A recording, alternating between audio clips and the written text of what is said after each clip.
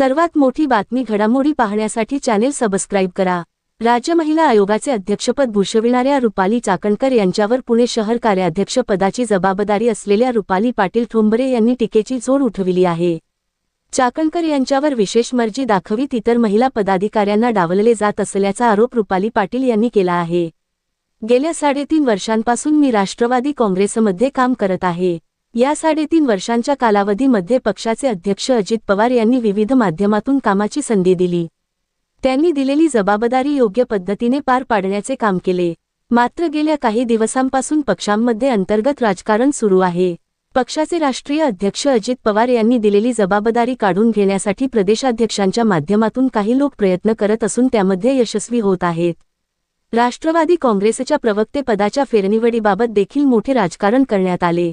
बालहट, स्त्रीहट पुरवण्यासाठी काही नेत्यांनी राजकारण केल्याचा आरोप करत कोणाचेही नाव न घेता रुपाली पाटील यांनी पक्षाच्या महिला प्रदेशाध्यक्ष आणि राज्य महिला आयोगाचे अध्यक्ष रुपाली चाकणकर आणि पक्षाचे प्रदेशाध्यक्ष सुनील तटकरे यांच्या कार्यपद्धतीवर निशाणा साधला। पक्षाच्या प्रदेश अध्यक्षांची भेट घेऊन त्यांना सांगितले आहे की एक व्यक्ती एक पद द्या। बाकीच्या महिला कार्यकर्त्यांना, पदाधिकाऱ्यांना देखील पक्षात वेगवेगळ्या पदांवर काम करण्याची संधी दिली पाहिजे। पक्षासाठी चांगलं काम करणाऱ्या महिला नेत्या आहेत, त्यांना देखील सामावून घ्यावे। पण पक्षाचे नेते याकडे दुर्लक्ष करत केवळ ठराविक महिलांनाच वेगवेगळी पदे देत महत्त्वाची जबाबदारी देत असल्याचा आरोप रुपाली पाटील यांनी केला। इतर पक्षातून चांगली संधी आल्यास विचार केला जाईल, असे स्पष्ट संकेत देखील रुपाली पाटील यांनी दिले आहेत।